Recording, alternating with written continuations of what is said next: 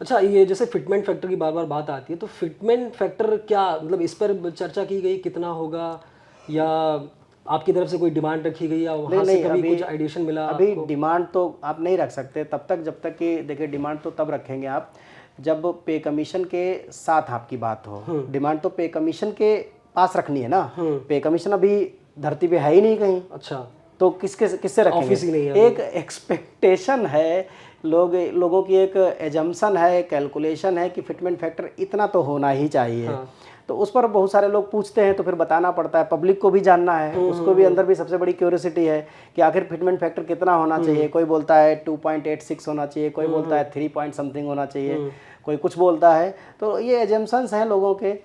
तो अभी कुछ लोग ये भी र्यूमर उड़ाते हैं कि बहुत कम होना, 1.9 से भी कम हो सकता है। तो ऐसे मार्केट में तमाम तरह की बातें चल रही हैं।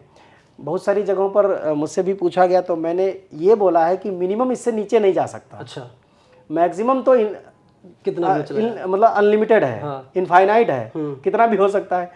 लेकिन एक जो हम कहते हैं ना कि लॉजिकली अगर देखा जाए तो मतलब कंजूसी से ज़्यादा, मतलब हद से ज़्यादा अगर कंजूसी कर ले सरकार, तो भी वो 2.13 पे जाके अटकती है। उससे मतलब 2.13 का मतलब हो गया नो प्रॉफिट नो लॉस।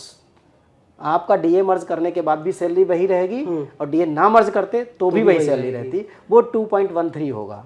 मतलब ये सरकार यहाँ तक जा सकती है? नहीं नहीं, ये तो कट है। अच्छा, इसके ऊपर जाना है उसको, 2.13 के कट है, ऊपर जाना ठीक है।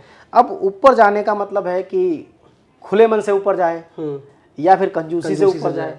कंजूसी से ऊपर जाती है तो 2.64 के आसपास कहीं टिक सकती है। अच्छा, तो और अगर खुले मन से चली गई तो कुछ भी हो सकता है, तो मतलब 2.86 के भी ऊपर जा सकती है। लेकिन हम ये मान के चलते हैं, ये मतलब जो सरकारें, अब चूंकि उत्तर प्रदेश विधानसभा का चुनाव भी है और बड़ी तादाद में वहाँ कर्मचारी और उनके परिवार भी हैं, और हम लोग लगातार दबाव बना रहे हैं, तो हम एजम्पशन कर रहे हैं कि कुछ भी हो 2.64 के तो ऊपर जाना चाहिए। फिटमेंट फैक्टर तय कैसे होता है?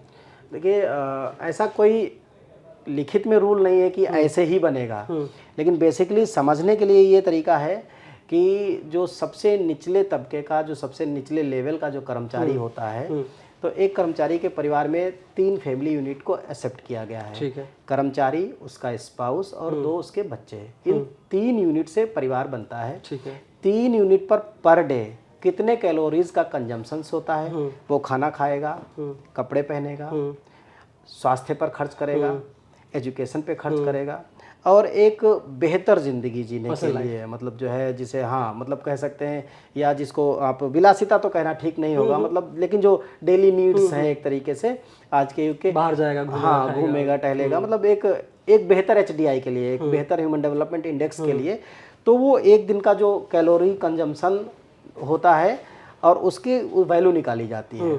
एक दिन की वैल्यू निकल गई, 30 से मल्टीप्लाई कर दिया, वो उसका बन गया एक सबसे निचले लेवल का बेसिक सैलरी। अच्छा। फिर उसी के हिसाब से उसके ऊपर के स्तर पर बढ़ते हुए जाते हैं कि कितना % दोनों के बीच में डिफरेंस रखेंगे।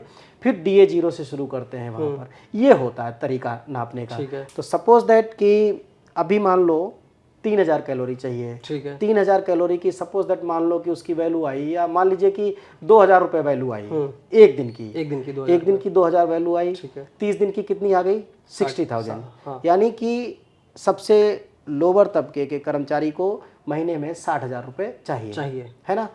अब अगर DA 0 करेंगे तो बेसिक प्लस DA मिला करके वो 60,000 होना चाहिए, है ना।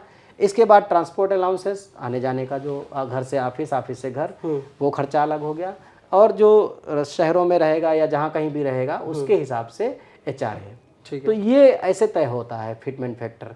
उसमें क्या है कि जो इन्फ्लेशन है आज के समय से उसको कंसीडर करते हैं, कितनी ग्रोथ करने की ज़रूरत है उसको फिटमेंट फैक्टर में कन्वर्ट करते हैं। तो हम लोग मानते भी हैं कि जैसे अभी हम कैलकुलेट कर रहे थे कि जब 1 जनवरी 2028 को कोई कर्मचारी आज का, जिसका 31 दिसंबर 2025 को जो बेसिक सैलरी है उसके आधार पर जो उसको सैलरी टोटल मिल रही है, बेसिक प्लस DA मिला के, यही कर्मचारी बिना प्रॉफिट, बिना लॉस के, बिना पे कमीशन के जब 1 जनवरी 2028 को होगा तो आज के मुकाबले वो 1.9 पर तो ऑलरेडी होगा। अच्छा। हाँ, बिना प्रॉफिट बिना लॉस के।